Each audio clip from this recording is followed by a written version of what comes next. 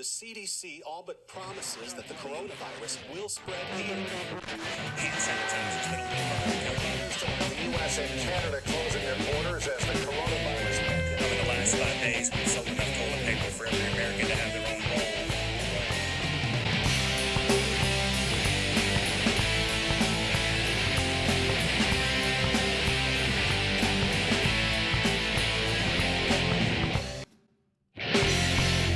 Thank you. Hey, I do. I hope you guys are doing okay. And I hope y'all are all staying well. You know, staying well is like the new catchphrase, right? Never before has such a casual nicety meant something so specific to everyone, right? We say, here's an example. We say, oh, it was good talking to you. I'll give you a call tomorrow and stay well. What we really mean is, it was good talking to you. I'll give you a call tomorrow. Don't forget about the pandemic, just in case it was off your mind for like 5 seconds. I wanted to make sure I reminded you about the pandemic. You know, there's guidelines for comedians, so I am required to do a certain number of pandemic jokes. So I will do those, but I want to tell you, I want to start with it's what I consider more of a cautionary tale. And the tale is this, that hand sanitizer is strictly for hands. Please don't use hand sanitizer except for anywhere but on your hands. I learned this in an ill-fated effort to save toilet paper. Because again, the hand part's not a suggestion. I think of it as a warning. And I think a warning label would be appropriate. And I'll show you this warning label here is actually based on my personal experience. But I have to tell you, I did not cry, despite the graphic. I swear I did not cry, but I do think this label would be a good starting point for a safer 2020. You know, all this uproar and turmoil, possibly caused by this creature, the pangolin, the Asian penguin, believed to be the source of the virus. This rodent shut down society from schools, professional sports. Fans of the Pennsylvania Minor Hockey League team already know, but no pro sports team has felt this crisis quite like the Pittsburgh Penguins. Yep, the Pittsburgh Penguins and their feisty mascot, always causing trouble, penalty box penguin. You know, that's bad luck and bad timing and bad sportsmanship, to be honest with you. I've heard people say we're back in the roaring 20s again, like we don't get our own nickname or something. Like, how about the more appropriate variation? How about the uproaring 20s as a compromise, or the tumultuous 20s? I guess someone will have to write the Great Gatsby, right? Because it would follow the ill-fated tale of a surgical mask bootlegger, right? You know, an updated classic, right? I don't know, guys. Look, 2020, it's a little different than we expected, but here's what I hope for you. Try and maintain the optimism that we had in January of 2020. Think back to New Year's Eve.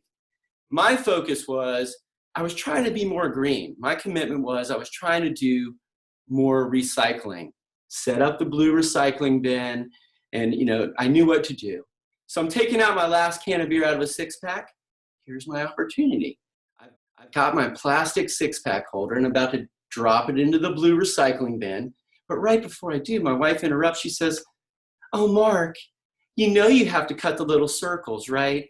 You have to cut the circles for the sea creatures. Like a dolphin will get its nose in the circle. He won't be able to eat. He's going to sink to the bottom of the ocean and he's going to die. You don't want that, do you, Mark? No, I know that. I know that now. Oh, and Mark, you know you have to cut the little triangles too. You see, any continuous form, you have to think about the smallest sea creatures. They're really the most vulnerable, right? Well, sure, because like a shrimp could get stuck in there. I understand that. And so now I take this kindergarten art plastic spider that I've created, right? And I proudly and dutifully drop it into the blue recycling bin. I'm feeling really good about myself. I just saved a dolphin just for thinking about it, right? That feels really good. So I do start drinking that last beer, which does always get me thinking and puts me at my smartiest. And I started thinking about my plastic six-pack holder and how is this all going to work out? Because first of all, it's got to escape the enclosed recycling system. Otherwise, it'll just be melted down, right? Okay, let's say it does. And it escapes at a recycling plant on the beach with a strong offshore wind blowing it out, seeing all that comes together. And there's my plastic six-pack holder. floating along. Let's say someplace nice, like off the coast of the Bahamas. And along comes a beautiful, full-grown bottlenose dolphin, careening at an amazing underwater 30 miles an hour. Here's the key, its whole life avoiding all the dangers and treachery of the open ocean, giant ship propellers and great white sharks, only to come upon my plastic six-pack holder. And sure enough, it gets its nose caught right in one of the circles. And for a split second, it thinks to itself, oh no, I'm not going to be able to eat. I'm going to sink to the bottom of the ocean and I'm going to die. But then it sees where I get emotional at this part. It sees where I cut my plastic six-pack holder, easily swims free, breaches the water in a majestic fashion, rolling on its back in midair, and it squeaks out, thank you, Mark. The earth thanks you. And swims safely on its way. You can imagine how good I'm feeling, right? Saving that dolphin just for thinking. I saved a dolphin for free. I saved that dolphin for free. And I'll be honest with you, I've been spending 12 cents a day on cats and dogs down at the Humane Society. And I just saved that dolphin for nothing, right? Well, anyway, I mean, don't get me wrong. I'm going to still keep giving to the Humane Society. I mean, how could you not? Have you guys seen their latest late night commercials? I mean, it's heartbreaking. These animals in terrible conditions due to no fault of their own whatsoever. First of all these animals need baths in unbelievable and really unspeakable ways. So we're not going to talk about it. But second of all these animals either are missing one eye or have a terrible condition in one eye. It's very sad. But all these animals need groomers and veterinary ophthalmologists like no other animals have ever needed. I knew I needed to help. So I decided to sponsor a six-pack. I did 3 cats and 3 dogs. You know, I'm feeling really good. Feeling really good about it. You know, you already know about the dolphin I saved. And now I'm helping, 6 formerly domestic animals. I guess they're now aspiring to be domestic. How does that work? Do we have wild or feral domestic animals? Like, do dogs and cats, do they lose their domestic status if they've been out on their own too long? How does that even work? And if so, how long would that be? What if they lost their domestic status at 30 days and 2 missing cats were talking at day 29?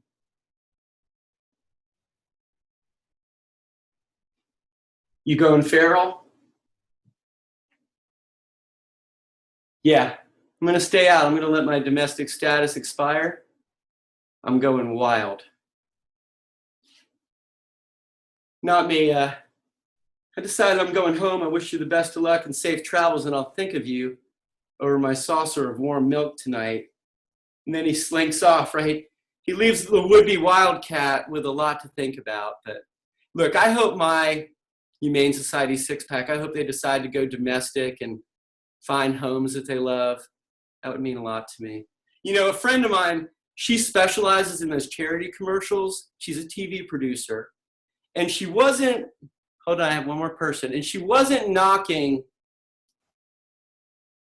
the Humane Society in any way whatsoever. But she did explain to me that a large organization like the Humane Society will use animal actors instead of actual distressed animals. I know, it's a surprise, but they don't want to possibly re-traumatize the distressed animals. So, you know, so my friend told me that the animals you see in the commercials are pretty well taken care of and even lead cushy lives, right? So she said they have, you know, a makeup department to make them look distressed the way they have a makeup department for people. And they even try and motivate the animals, like the way people might use method acting or excessive rehearsal. They try and get the cats and dogs in the right frame of mind for their role, you know. And she said the animal's trainer explained it to her and the rest of the TV crew this way. Well, over here, this is Penelope. She's a full-bred Blue Point Siamese cat. It's hard to tell her breed because she's already been through makeup. You can see she has the one fake swollen eye. I know. But her script today has her in the role of a cat not been fed for up to 3 weeks, living on scraps of garbage. Really sad. Well, the way we prepared Miss Penelope for her role, normally every day at 12 noon, we give her 5 strips of freshly cooked, lightly seared tuna. But in preparation today for the shoot, we gave her 5 strips of cold, day-old chicken. And she's pretty stressed out, but you know, she'll do a good job for the camera. You know, that's important to us. And over here we have Theodore. Theodore's a full-bred Belgian sheepdog, hard to tell his breed. He too's already been through makeup. You can see he has the canine eye patch. And the way we prepared Theodore for his role, Sir Theodore normally has a holding pen of 4 acres and a dozen sheep. Well, in preparation for the shoot, we confined him to just 1 acre and 6 sheep. So it's half of his flock. And he's been pretty stressed, but not distressed. We don't do that, you know, so. But, you know, who knew, right? You would think it would be the actual distressed animals, but here's the deal. Here's the deal. You still got to help, right? You got to help for the actual distressed animals, right? Not those stressed out, pampered pets that they probably sleep on some absurd canopy bed from the very top rack at PetSmart. When they went to buy it, the employees were like, I don't even know how to get that down. They had to call a district manager just to even get. Most of the employees thought it was just a whimsical store display that wasn't even meant for sale. But anyway, if you're looking at stuff from the top rack of PetSmart, you know, you might want to take a breath, set your priorities. You know, like, I always see those Humane Society commercials late at night. Usually, you know, when the networks or whatever we're watching nowadays, you know, is willing to give away the time slot and give it to the Humane Society. Sometimes as a tax write-off, right? Sometimes it's during an old, you know, it's always an older movie, but sometimes it's a good one, like maybe 2001 Space Odyssey, a good old sci-fi. Undeniably a classic, laid the way for Star Wars and all its progeny. But here's what I tell you, if you're going to watch 2001 A Space Odyssey, I warn you, it's a famously slow-paced movie. So you got to be ready for that. I mean, really slow. I mean, look, Stanley Kubrick, he won an Oscar for Best Visual Effects, but he took the time to show you what life might be like in deep space, and it was always real slow motion and whatnot. I always thought he could have made the movie a little bit shorter. For example, one scene where an astronaut gets a cup of coffee goes like this.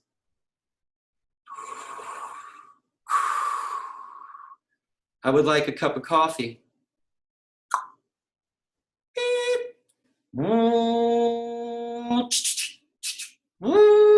And then for like 5 minutes, all these devices come out and lay out the coffee, and he finally gets it. He goes, slow brewed, really good. And that really bothered me. Here's why it bothers me. Because in the movie, mankind is traveling at warp speed between galaxies, right? We're traveling at light speed between the planets, and it still takes 20 minutes and a lot of patience to get a cup of coffee. It always bothered me. I think it'd be more realistic and more futuristic if the scene went like this.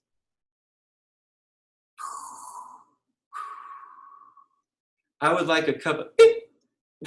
The computer read my mind, realized I wanted coffee before I even knew it. It makes sense, right? Because we're traveling at warp speed. Makes perfect sense.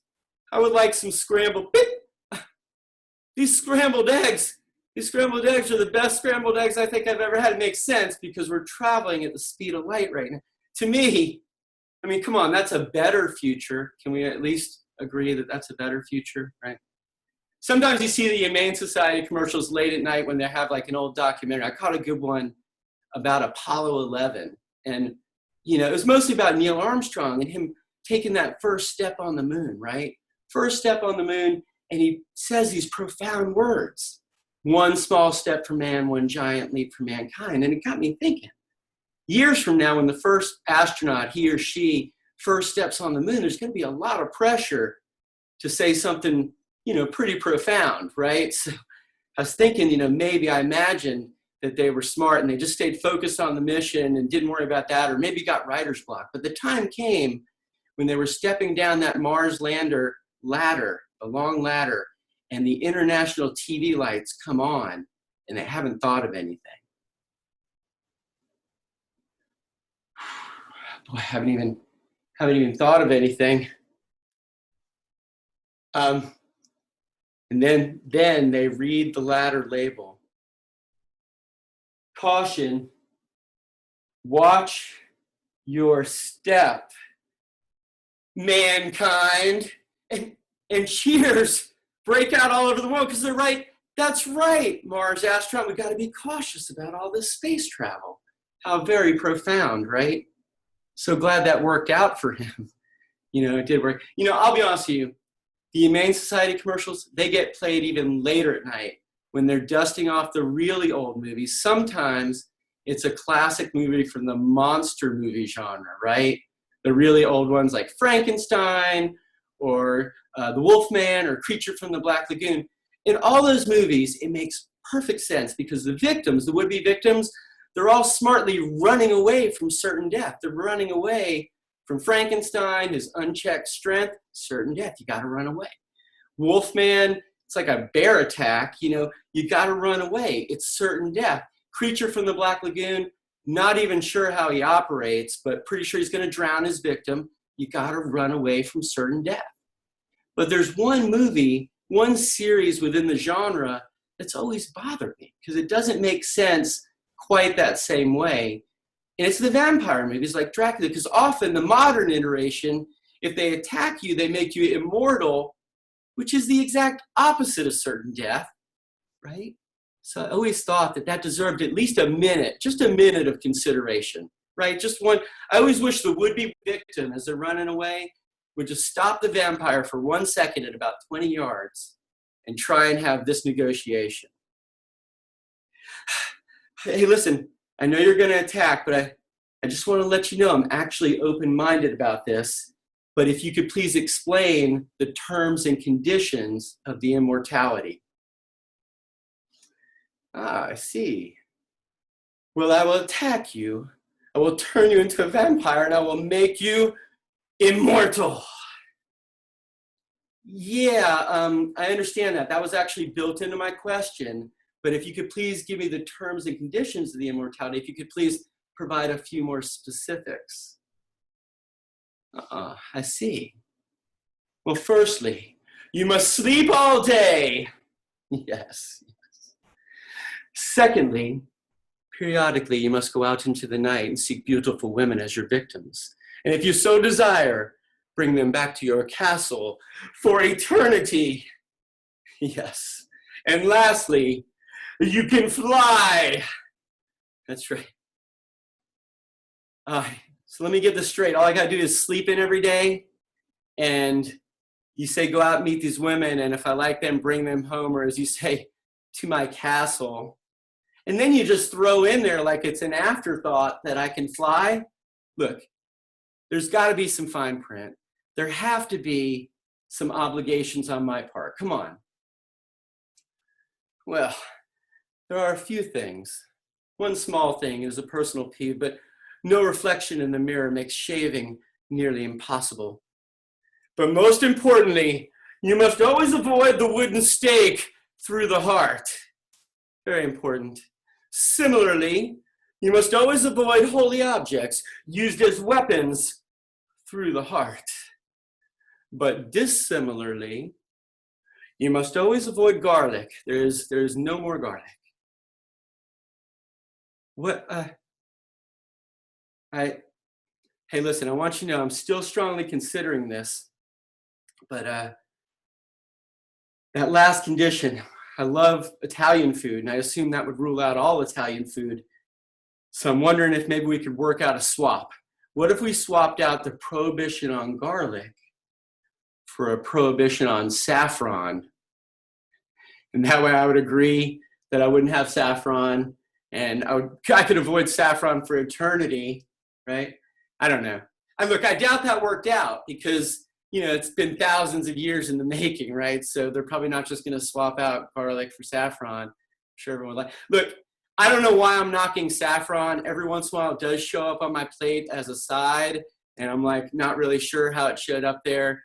I was thinking there's so many other sides that could be there. And I know some older people are mad about saffron.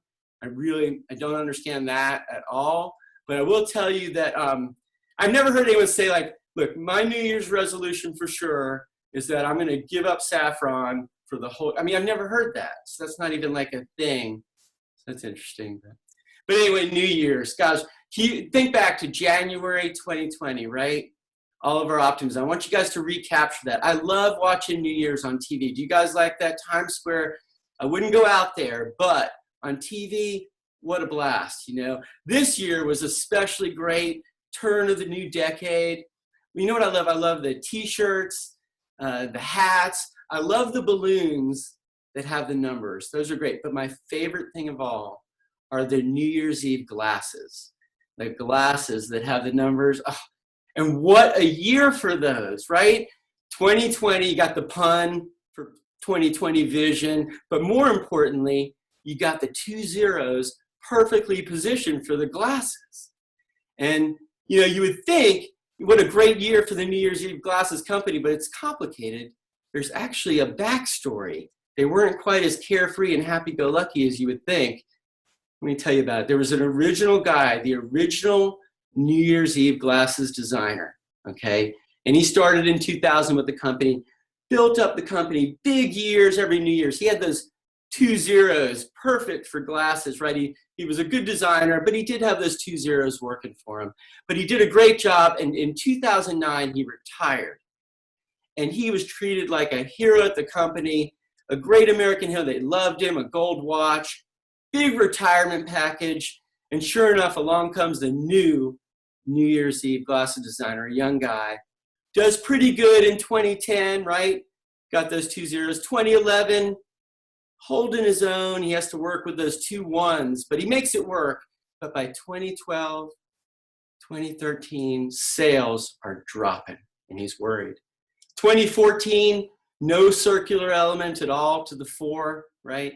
Then 2016, the lawsuits of 2016. Something about the I and the 6 caused people to trip over the curbs in Times Square. It was terrible, but it was never his fault. He did the best he could. He always said to himself, if I can just make it to 2020, I can rebuild my name, have a banner year, and if I could just 2020, I'm really looking forward to it. But I'll be honest with you, the hard design work and the slumping sales got the best of him. And I think the best way to tell you about it is probably just to show you what his design was for 2019. He had given up, really. He had all but given up. You see here? Look, he just drilled a hole in the 1. I mean, you can hardly tell it's a 1.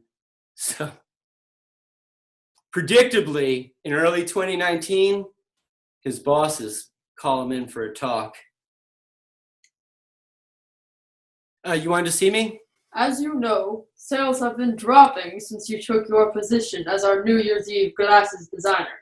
We all like you. This is nothing personal, and I know your predecessor's shoes were hard to fill. He had a great run, great guy, an American hero, really. But I digress. We are going to have to let you go. We've replaced you for 2020. No, not 2020. I've been looking forward to 20. That was my chance to rebuild my name. Please, just one more year. The decision has been made. Bring the replacement in.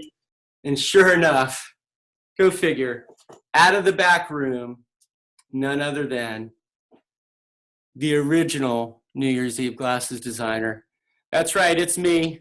This is my original design from 2000. You can see it's the great American hero design. That's where it all started, but that's right, I'm back. The decision's already been made. I'm sorry. I'm sure you can understand that management has a lot more confidence in me from my track record during the 2000s, right? So I've agreed to come back just for 1 year, though, just for 2020. I felt duty called. So the job will be open again in 2021 if you'd like to take another shot at it. But honestly, guys, that's bad timing, right? That's pretty bad timing on the new New Year's Eve glasses. I will tell you this, timing is everything, and timing is everything in comedy too, and that's almost all my time with you guys. But this last part of my act is more like a commentary on my act. So I want to tell you, I'm going to break down the wall here with you guys, and I want you to know 2 things about my act.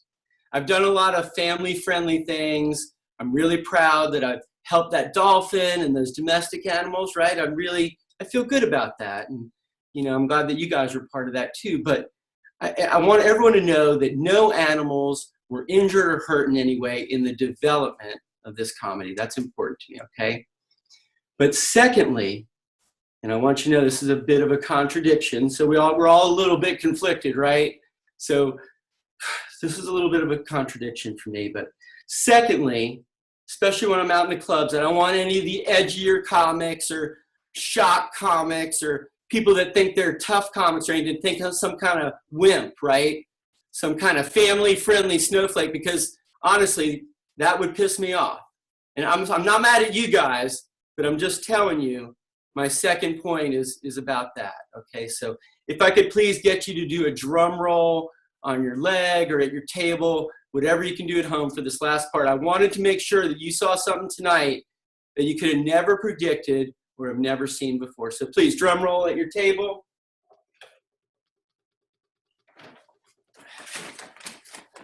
I saved a dolphin for you.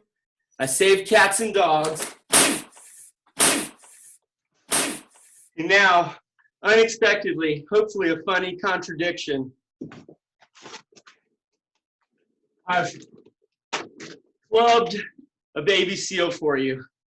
I did it because I thought it'd be funny and it would be a contradiction, and I did that for you, and I hope, well, wait a second, hold on. Wait, now that I've done this, I don't even feel right. Please, stop laughing. Hold on a second. Wait, everyone, please. I'm not even sure this was the right thing to do. I feel bad about, I raised this seal. If I could please just have a moment alone, please, just for a moment. What have I done? Just all in the name of comedy? What have I done? Snowflake, squeak to me, please. Snowflake, please, squeak to me. Oh my God, his eyes are closing. Oh no. His eyes have closed. Oh my gosh, this is terrible. Snowflake, you were a great friend. And you guys were a great audience. Thank you so much. I really appreciate it. Oh, and look at this. Snowflake is okay. He was just acting. He's okay, everybody. You're going to win a Patsy for this. You'll be right up there with Flipper. Yep, and Rin Tin Tin. That was really, she's nervous, but she did great.